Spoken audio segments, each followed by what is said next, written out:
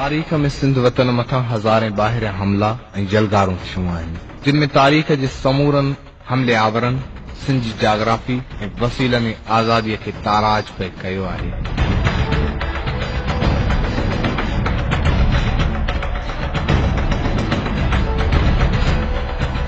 सन 632 में आज़ाद सिंध मुल्क ते राय घराणे जे दौरे हुकूमत पूरो थियो ऐं राय घराणे जे आख़िरी बादशाह राय सहासी ॿिए जी वफ़ात खां पोइ उन जे वफ़ादार हुकुमरान अमलदार चच पुट सैलाज जे हथनि में सिंध जूं वागूं अची वयूं। चच पंहिंजी ॾाहप हिकमत ऐं फ़ौज जी महारत सां सिंध मुल्क जूं वागूं संभालियूं। उन वक़्तु सिंध मुल्क जूं हदूं हिक तरफ़ कश्मीर त ॿिए तरफ़ ईरान, खुरासान ऐं ओभर में राजस्थान ताईं वधाए हिक वॾी सिंधु सल्तनत बणाए छॾी हुई, जंहिंखे तारीख़दान अज़ीम सिंधु सल्तनत या चच एम्पायर बि सॾीनि था।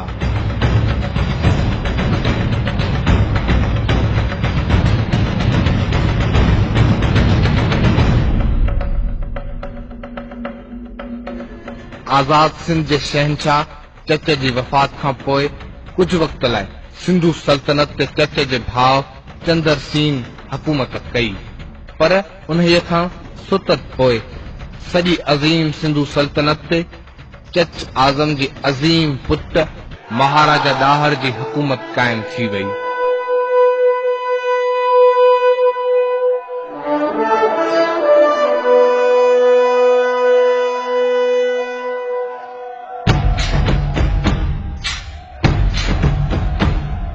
राजा ॾाहर आज़ाद सिंध जी तारीख़ जो उहो बहादुर बादशाह बणियो जंहिं जे दौर में सिंध जी रियाया में बुद्धिज़्म जो उरूज हुयो ऐं बुद्धिज़्म सां गॾु सिंध में सनातन धर्म, हिंदू धर्म, अवाइली इस्लाम जेको सूफ़ी सिलसिले ज़रिए सिंध में आयो हो, ईसायत ऐं देवल में यहूदी मज़हब जा पैरोकार पाण में भाईपी, भाईचारे ऐं रवादारीअ सां गॾोगॾु रहंदा आया पे। राजा ॾाहर जे दौर में सिंध जो वापार, कारोबार, ज़राअत ऐं सनत ॾेहा ॾेह मशहूर हुई। सिंध जा वापारी ऐं सनतकार उन वक़्तु आज़ाद सिंध जे मशहूर सामूंडी बंदरगाह देवल ज़रिए पंहिंजा सामूंडी जहाज़ ऐं ॿेड़ा ख़लीज जे मुल्कनि खां वठी सॼी दुनिया में सामूंडी वापारी बंदरगाहनि ऐं मर्कज़नि ताईं हलाईंदा हुआ। राजा ॾाहर जे दौर में आज़ाद सिंध जी खुशहाली, रवादारी ऐं तरक्की आस पास जे फौरन, लुटेरनि ऐं हमले आवरनि खां बर्दाश्त न थींदी हुई। इहो ई सबबु आहे जो अरबन जे खिलाफ़त वारे दौर जी शुरूआत खां वठी सिंध मथां हमलनि जो सिलसिलो शुरू कयो वियो ऐं 712 में आख़िरी ऐं 14 हमलो मोहम्मद बिन कासिम जे वॾे हमले खां पहिरीं सिंध मुल्क ते अरब हमले आवर लश्कर पहिरीं बि 13 हमला करे चुका हुआ, जंहिंखे सिंध वतन जे सरफरोश सिपाहियुनि नाकाम बणाए छॾियो हो।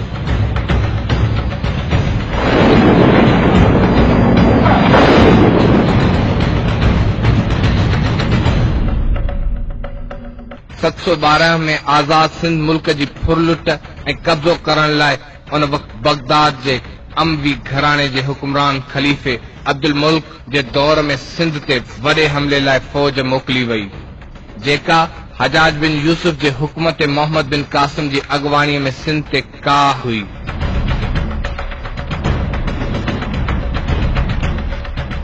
हीअ फ़ौज ॿिनि रस्तनि खां आज़ाद सिंध वतन ते हमले आवर थी। हिक तरफ़ मोहम्मद बिन कासिम जी अॻुवाणीअ में घोड़े सवार फ़ौज जो वॾो लश्कर मकरान जी ज़मीन रस्ते खां काहे आई, त ॿिए तरफ़ वरी सामूंडी रस्ते सां मंजनीकूं खणाए अची आज़ाद सिंध जे तारीख़ी बंदरगाह देवल जे किले जो घेराव कयो वियो।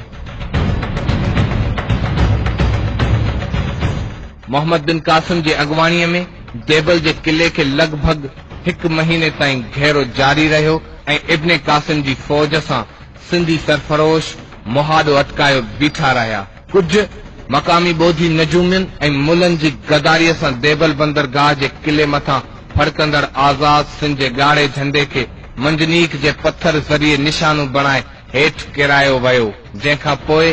देवल किले जा दरवाज़ा तोड़े हज़ारनि जे तादाद में मज़ामत कंदड़ सिंध जे सरफरोश सिपाहियुनि जो क़त्ल आम कयो वियो।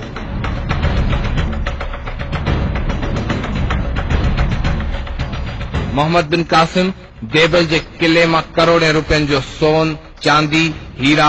ऐं जवाहरात फुरिया। सवन जी तादाद में सिंधी न्याणियुनि खे जंगी कैदी तौर गिरफ़्तार करे पंहिंजे लश्कर ज़रिए हितां खां अगवा कयो वियो।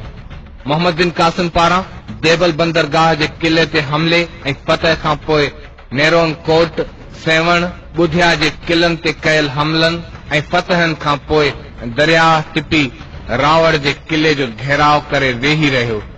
शहीद आज़म महाराजा ॾाहर सिंध वतन जे दंगनि ऐं नंगनि जी हिफ़ाज़त कंदे हमले आवर इब्न कासिम सां रावड़ जे किले ॿाहिरां विढ़ंदे विढ़ंदे शहीद थी वियो।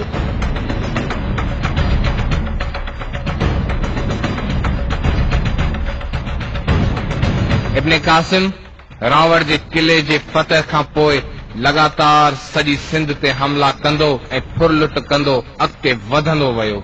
अरबन जी फतह सिंध बाबति लिखियल तारीख़ चचनामे मूजिब मोहम्मद बिन कासिम सिंध मथां कयल उन वॾे हमले में लॻभॻ 2 लख सिंधी माण्हुनि जो क़त्ल आम कयो, लॻभॻ 2 खरब रुपयनि जो सोन, दौलत ऐं माल मिल्कियत जी फुरलुट कई ऐं सिंध जे 8000 सिंधी न्याणियुनि खे अगवा करे बगदाद जी बाज़ारनि में विकिणियो वियो।